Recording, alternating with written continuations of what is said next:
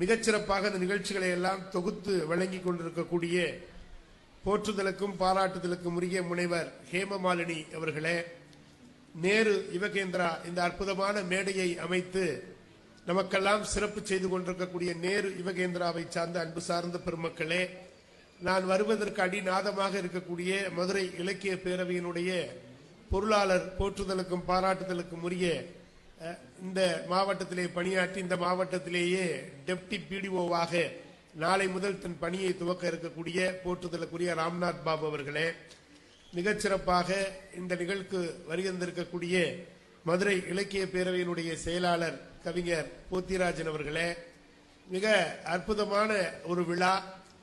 அறிமுகப்படுத்துகிற பொழுது ஹேமமாலினி அவர்கள் ஒரு அற்புதமான விஷயத்தை சொன்னார்கள்.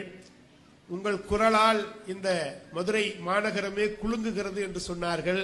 அது என்னுடைய குரல் மாத்திரம் அல்ல, இங்கே மிகச்சிறப்பாக ஒளி அமைத்திருக்கக்கூடிய அந்த விஜய் 25 லட்சம் பக்தர்களையும் ஆட வைக்கின்ற ஒரு அற்புதமான ஒளியை அங்கே கள்ளழகர் வைகை ஆற்றில் இறங்குகிற பொழுது விஜய் தான் அந்த அளவுக்கு நல்லா அவருக்கு கரவொலி கொடுக்கலாம். அப்படி 25 லட்சம் பேரையும் ஆட வைப்பார். அந்த அளவிற்கு மிகச்சிறப்பான ஒரு ஒளி அமைப்பு. ஆத்துக்குள்ள அமைக்கிறது ரொம்ப கஷ்டம், இது மாதிரி மேடைகள்ல அமைக்கிறது ரொம்ப எளிமை. ஆத்துக்குள்ள அழகர் வர்ற நேரத்துல, உலகமே எல்லாரும் எதிர்பார்க்கிற நேரத்துல அந்த விஜயிலிருந்து அப்படி முழங்கக்கூடிய அந்த ஒளி இருக்கு பாருங்க, அதை கேட்டு ஆடாத உள்ளங்களே இருக்காதுன்னு சொல்ல முடியும். அந்த அளவிற்கு அற்புதமான ஒளி அமைப்பு, அற்புதமான மேடை அமைப்பு. எல்லாத்துக்கும் மேல திரளாக வருகின்றிருக்கக்கூடிய உங்கள் ஒவ்வொருவருடைய பொற்பாதங்களையும் சங்கத்தமிழ் மதுரை